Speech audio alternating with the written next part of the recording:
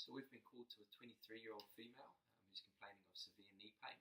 The patient had slipped and twisted her knee awkwardly while trying to change a light bulb in the house. So using the acronym Socrates, I've determined the characteristics of the pain. So the patient describes the pain as being an acute onset of 20 minutes, localised to the knee, quite sharp, and at 9 out of 10 on the VAS scale. There's no referring symptoms or no neural symptoms. We've also taken a full set of vitals, which are normal, and the patient has no past medical history or any other knee injuries to this date. So first of all, what we're going to do is we're just simply going to look at the knee, looking for any obvious deformity, swelling, bruising, bleeding, anything like that. So for the sake of the scenario, in this case we'll say there is some bruising localised to the knee. No other blood loss or any other abnormalities can be seen. So next of all, we're going to palpate the knee joint and obviously asking the patient to report any signs of pain or discomfort, and we're just feeling for any deformities or abnormalities. So just starting with the joint line, so we'll start at the anterior, medial and lateral, just softly feeling for any swelling or any deformities there, moving up into the articular cartilage of the femur, and down into the tibial plateau. And then we'll start to move our way around to the back, posterior parts of the joint. That's all fine. We can then also palpate the MCL, the medial collateral ligament there. Any discomfort? No. And on the opposite side, the lateral collateral. We can come down off the patella into the patellar tendon and feeling down to the tibial tuberosity for any tenderness. No. And again up into the muscular origins of the quads and into the back of the popliteal fossa where the hamstrings and the calves are. Next of all, we can do a patella test. So palpating the medial border of the patella there, again looking for any discomfort. No. And check the joint glide there. Doesn't seem too unstable at all. We can check for tenderness with a tap. No, so no signs of swelling under the patella. A good test for testing for joint effusion is the medial glide. So if we swipe all of the fluid over to the lateral side, and for here we're looking for a bulge or a ripple effect. So when I come back from the lateral aspect, it's going to shift itself back to the medial compartment. So again, for the sake of the scenario, we'll say there is some mild joint effusion there. So the next part of the assessment would be looking at the range of movement of the knee. So we're going to get the patient to do this actively themselves, and then we'll also look at the passive range of movement. So what I'll get you to do, obviously let me know if it's too uncomfortable or if there's any pain, but I'll just get you to slide your heel out to straighten that leg as much as you can, and then we'll get you to slide it back in, bending that knee to what is comfortable for you. Any pain or discomfort with that? Yeah, so the patient is reporting some discomfort there. So next we're going to compare that to the passive range of movement. So I'll just get you to relax your leg as much as you can for me. And we're just seeing how much extension of the knee we've got compared to the flexion. So I can feel the patient is guarding me there, so that's a sign that it could be painful. Do you feel any discomfort there? Yes. And also some anxiety, would be normal for a painful knee like this as well. Okay. So next of all, we'll look at testing the ligaments of the knee, starting with the ACL. So with the knee bent at 30 degrees, I'm just going to gently stop your foot from sliding forward there. So the patient's reporting some pain there with an anterior tibial glide, which is indicative of stressing the ACL.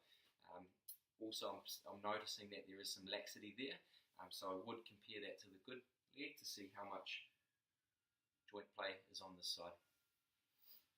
We'll then test the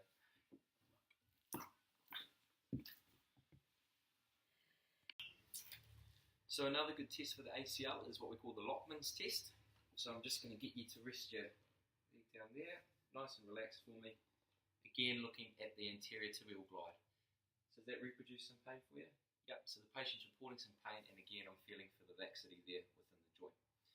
To test the other ligaments, so we'll look next at the PCL, the posterior cruciate ligament. So that will be the opposite to the ACL. We're looking for the posterior jaw there. Any discomfort? No, and there doesn't seem to be too much laxity either. For the medial, we're looking for internal stress there, trying to see if the knee is buckling in this way. Any pain? No, and not too much laxity. Again, we're going to test these all with the good leg too, and straighten that out. And then this is for the lateral collateral, looking at stressing the opposite direction. No pain. Cool. And just to compare to the good side.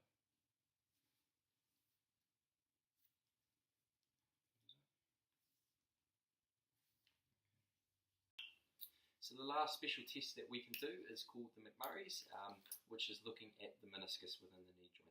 So to do this, I'll just get you to lie onto your back. And again, letting me know if there's any pain or discomfort. So here we're looking at putting stress onto the meniscus to see if it can reproduce pain, or the test would also be positive if there's any clunking or clicking or locking of that knee joint. And that's indicative of a tear. Nothing there.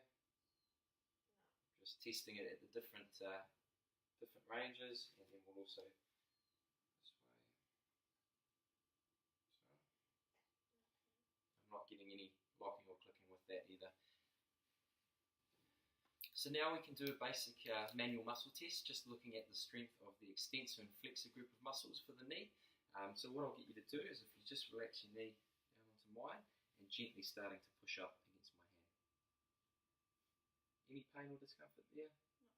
No, but we are feeling quite a bit of weakness. Obviously we will compare this to the good side to be sure. Next, I'll just get you to gently pull down at the knee. Same thing, any pain? No, but it's not feeling too strong. So we will compare that to this side. So that completes all of the basic knee tests that we can do as a paramedic to try and get a clear indication of what this injury may be. Based on the findings today, for this scenario, we would determine that potentially an ACL is a likely cause of this patient's pain, given that there is ACL laxity and some joint effusion present. All the other tests seem negative. There was some weakness and some guarding with the range of movement, but that would be expected. The last thing that we'd want to obviously see would be the patient in weight bearing and functionally what they're like on their feet. So we could test this by as we're getting them up to see if they can walk. So the key take-home messages for this assessment would be firstly to get a really good history using the mechanism of the injury and the characteristics of the pain to help paint a picture of what this injury may be. So in this case, there was quite a lot of high load put onto the knee joint.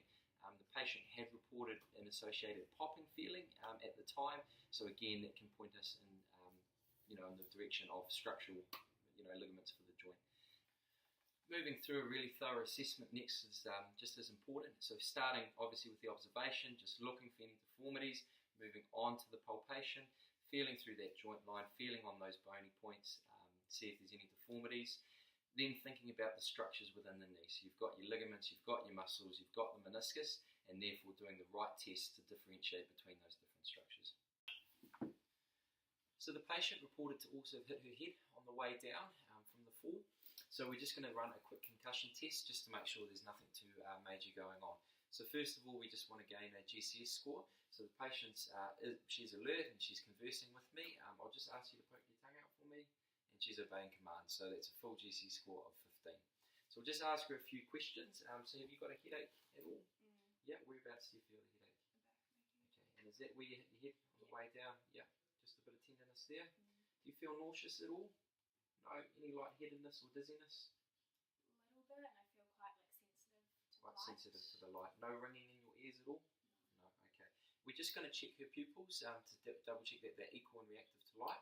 So I'm just going to bring this light in from the side, so just keep looking forward for me. Okay, and then from this side. Yeah, both are equal and reactive. So we'll just ask a couple of questions just to looking at signs of amnesia. So do you know what the day is today? Yeah, Monday, 29th. Cool, and do you know where you are? At home. And do you know who I am? Paramedic. Awesome, and can you tell me about what happened? I was just up changing a light bulb on the ladder and went to step down, put my foot down and slipped. Cool. So she's orientated to time, place, and she knows who I am. She's also able to recall the whole incident, which is a really good sign. So I'm just going to ask you to do a little test for me. So I'm going to hold my finger out here, and I just want you to point with your finger to mine, and then back to your nose. Yeah. Just a few of those. And we're seeing for any uncoordination there, and we'll just test with the other hand too.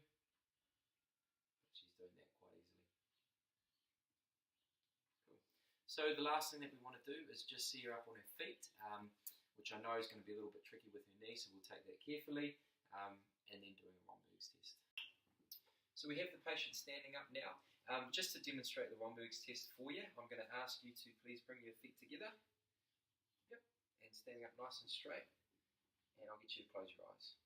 So we're just assessing the patient's balance here to make sure that they are nice and stable, and obviously looking for any signs of swaying or falling and being here ready to help catch if needed. Cool, thank you. Obviously for this patient this would be a bit tricky given that her knee would be still quite sore, but like we said earlier, it would be important to see what her weight bearing status